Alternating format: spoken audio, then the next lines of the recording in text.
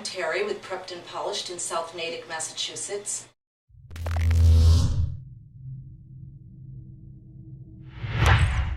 Today I'm going to share some tips with you on how to showcase your writing skills by crafting a superior response to the SSAT creative prompt. Starting last testing year, a new structure was introduced for the middle and upper level SSAT writing prompts. For the middle level, a student has a choice of 2 creative prompts, from which you'll select one and answer one. Here's 2 samples. I looked into its eyes and suddenly. Or, the classroom was empty.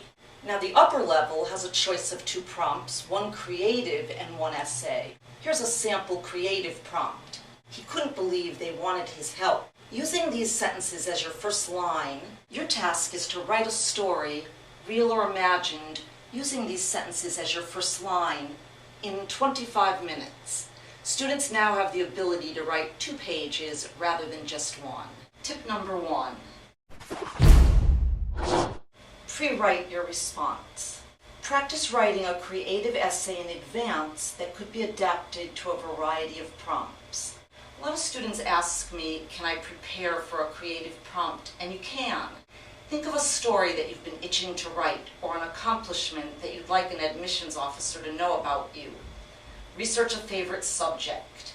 For example, and then she came in the door. That prompt could enable you to write a variety of stories about almost anything you choose. It could be about a teacher, a friend, a sibling, a principal, a detective, a mother or father. Here's some other examples of creative prompts. He was sure there was an exit somewhere. I knew it was dangerous, but it all started on a Friday. The silence was deafening. He was hanging by a thread. The possibilities are endless. Tip number 2. Use a clear structure. Plots of stories can be divided into 5 basic parts. First you have the exposition. This is the background and the setting and situation of the story. Then there's the rising action, where characters try to solve a problem or conflict. That leads to the climax. That's the critical point, where the tension of the story reaches a peak. Then there's the falling action, where the tension decreases and the conflict begins to be settled. And finally the resolution, where the conflict is resolved and there's a solution to the problem. Now in 25 minutes, it might be difficult to wrap up the story in a neat package and have a final complete resolution, but you could show that the characters are beginning to change, that they're beginning to see things differently. Tip number 3. Decide what point of view and tense that you'll use. The first person uses I, the third person uses he, she, it, or they.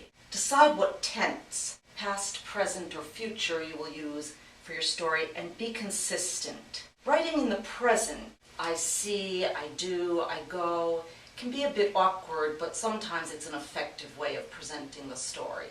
Tip number 4. Your story should use effective vocabulary and good imagery. Your goal is clear, lively writing that uses imagery, which is the 5 senses, figurative language like similes, metaphors, personification, and well-chosen vocabulary that shows rather than tells. Use exciting verbs to empower your writing. For example, the pitiful defendant got on her knees and asked for mercy. Substitute asked for pleaded for mercy. Instead of Linda was scared, you could write her hands were clammy or her body was quivering like a bowl of jello. Avoid he said, she said. Reveal a character's tone. He asked contemptuously. Or you could say she snorted in amusement. Check for overused words like things and stuff. Tip number 5. Use effective grammar, punctuation, and sentence structure. When you proofread, look for the 2 most common pitfalls, which are sentence fragments and run-on sentences. A sentence fragment is part of a sentence that is punctuated as if it were a complete sentence. For example, on that morning I sat in my usual spot, on the old wooden stool in the corner of my mother's kitchen. Well, that fragment lacks a subject or verb. We can correct that by saying, on that morning I sat in my usual spot, on the old wooden stool in the corner of my mother's kitchen. Run-on sentences are two complete sentences that run together as if they are one.